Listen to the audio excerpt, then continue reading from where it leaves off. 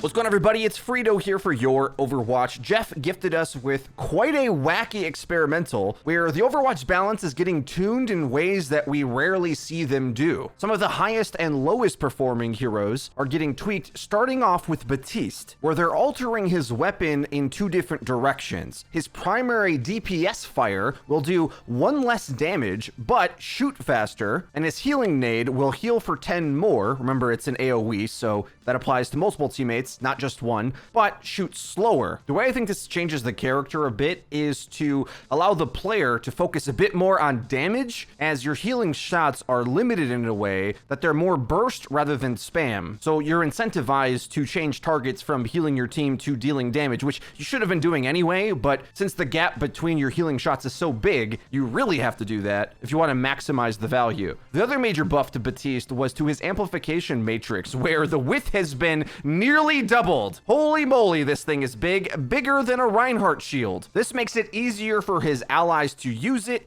and since it is one of the weakest ultimates in the game right now, thanks to just the way the meta plays, halt isn't as good, so you can't halt things into the amplification matrix as easily. With shields being lower, players have to play around cover anyway, so it's hard to trap people out of position with it. Now you can lay it right through an entire team fight, and lots of your team will be able to use it. I have mixed feelings on this, but since the ult has been so weak, this definitely does help Bap compete in the support position. Next change was to Mei, and the devs say way back they made Mei's primary fire more expensive to lower its uptime, of course, meaning that her downtime while in cryo freeze was a big weakness. And they say to help smooth out this gameplay, she now regains some ammo during cryo freeze. This is a really big buff, and as well, they knock 1 second off of the ice wall cooldown. That one you will notice with the tempo of her uptime for sure, and the frequency at which you have to treat the ice wall as a major threat. But the bigger buff here is to cryo freeze, where she now restores 15 ammo per second while inside cryo freeze,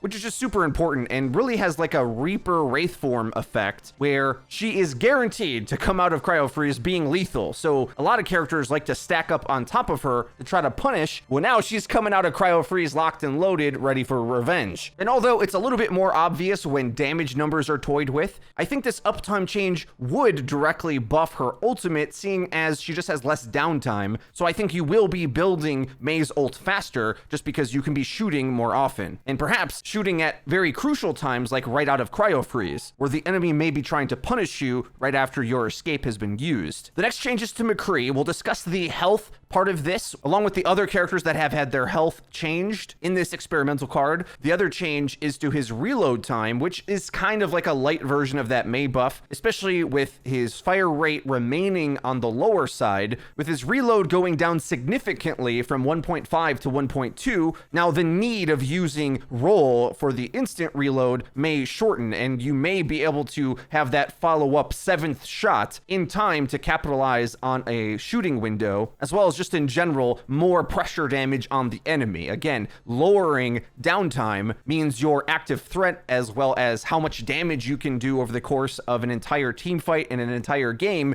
goes up. Not by a lot necessarily, but at any point where the opportunity cost of reloading was lowering your damage output by that value, whatever that mathematically comes out to. I think people get really confused by sort of those uptime changes, right? Like Soldier got more ammo. That was a similar thing. In reality, you can't just do pure math with Overwatch, because the interactions of enemies giving you an opportunity or denying you one means that the game isn't played by two characters standing aside from each other just launching their math at one another. Like, that's not how the game works, right? It's interactive and fluid. So I think really one of the bigger times you're going to notice this reload change is diving him with a high health point character. Winston, for example, comes to mind, where every second counts when you're trying to zap away the cowboy, and perhaps he uses all of his ammo with his primary fire poking out you from range or getting headshots on you. Getting this reload faster, especially when he doesn't have roll, means that the time it takes for him to get to that fan the hammer at close range might be shorter. So it's instances like those when you're toe-to-toe that you're really going to be thankful for this reload buff.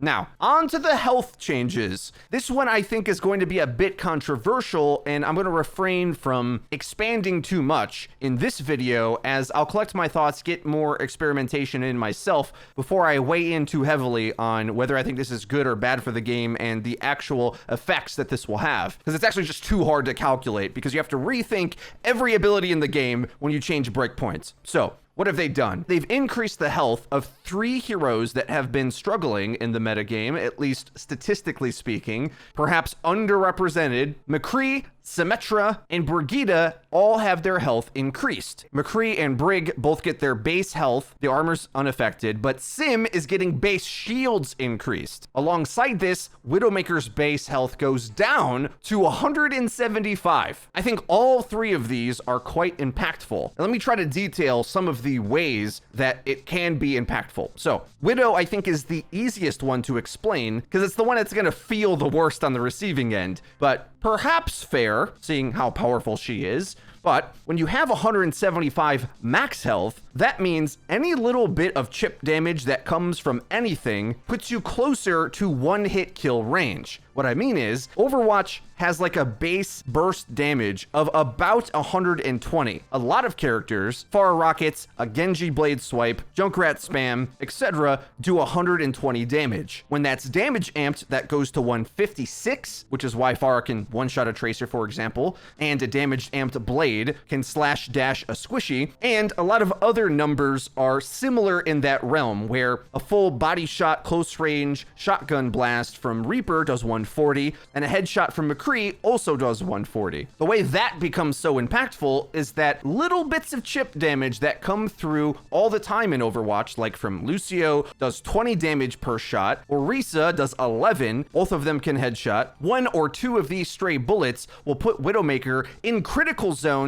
to get one shot by a lot of these other things. This means the Widowmaker player is going to be more beholden to her team helping her out when she is getting targeted. The speed of your healers to turn and heal you up so that you aren't existing on these free kill breakpoints is going to be very key. Whether this is fair for Widowmaker, judging by her dominance in ranked, we'll leave to the side for now. But that's the main change it has on Widow. Also, interestingly enough, in the Widow head-to-head, she'll need less charge and can quickscope the enemy Widow faster. There's other interesting Widowmaker mirror breakpoints that happen with this. Remember that 120 number? Well, that's the number of a full charged body shot within the effective range. With a damage amp applied, that's 156. You see how that little bit of chip damage onto the Widow starts to matter a lot now. And at super long ranges, where Widow got that 50% damage penalty, a full charge headshot only does 150, not killing a squishy. With a damage amp, it would be enough to kill Widow with a Mercy pocket. So I think the effect Mercy has on the Widow battle gets intensified by this change, because it already was an advantage. Now I think it, oddly enough, makes it a bigger advantage. But all that got really nerdy and specific. One major general change about Widow is that anything in the game that wants to dive her or aggress onto her now kills her easier. Pretty much like one ability easier, because 30 to 50 damage is generally what most things, even characters with weak abilities, can do. I mean, a melee does 30, right? So even with a Mercy pocket, targeting Widow with dive may finally be a bit more effective than it's been recently. Perhaps too effective, but who knows? I think to Wrecking Ball, Genji, and Lucio especially are really going to like that breakpoint being lower. Now, switching gears to discuss the other 3 characters that got their health increased by the same number value, 25. All 3 of them will feel this way, but Sim especially, because it's her shield's health, which self-regenerates. They all are a little bit easier up against poke. If Widow is more afraid of poke than before, these 3 characters can absorb it a bit easier. So McCree or Sim spamming from medium range, or Brigitte trying to pressure herself in to get an angle for a rocket flail to activate Inspire. The breakpoints allows you to position just ever so slightly more forward than before, because you take essentially 1 bit of chip damage extra, at least in the poke phase of the fight. Now, as far as breakpoints go, since like we said, a lot of instances of damage are in increments of 120 or in that like 20 to 40 range. Because of that, comboing 2 things together typically does around 200 to 250 depending on what it is. So for example, when Wrecking Ball pile drives a squishy and combos with a Pharah, which does 220.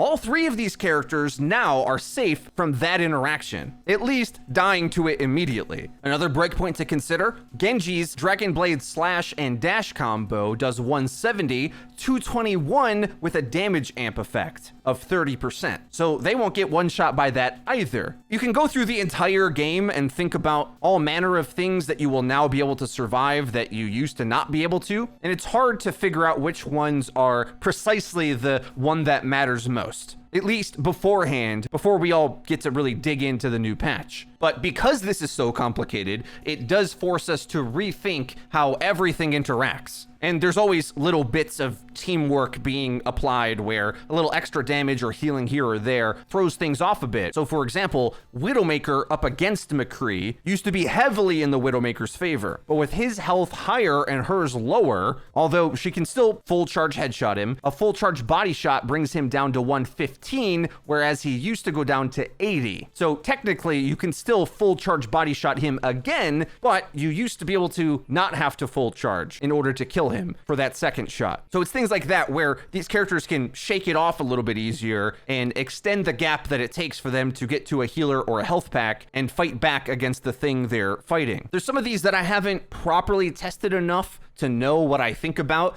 but a character like Brigitte, I know a lot of players are going to be interested in if this helps her out a lot. The breakpoints that I think matter most to her are up against tanks. For her playstyle to work, she really has to control them enough to be able to press forward. Her worst tank matchup is up against a Reinhardt, who has all the tools to withstand her abilities, block them, or cleave past her protection to kill her. And at the moment, since 2 hammer swings and a fire strike does 250, and 3 hammer swings does 225, there is a small gap where Brig will withstand that damage, mainly when healing is involved, because she should have Inspire up and maybe getting healed from a teammate, but all that is hard to add into estimations, right? As long as she has Inspire, she can withstand 3 hammer swings where it would have been more difficult to do so before if any of the Rein's teammates contributed. Now you've got a little bit more room to work with. This change would be more complicated and more significant if it was her armor health getting increased, but since it's just base health, then it doesn't hurt the small instances of damage in the game as much as it otherwise would. And beyond going over every interaction in the game, we'll leave this video here and leave that as some food for thought for all of us to think about what this will actually do, and if these are the types of changes we want to see. But with that being said, I'm gonna go test this out a little bit more to get a better idea of what I think. Let me know your thoughts on this new, very odd type of Overwatch patch in the comment section down below, or hit us up on Twitter with your thoughts at Your Overwatch YT. If you enjoyed this video, please be sure to leave it a like. It really does help us out and lets us know that you're enjoying the content.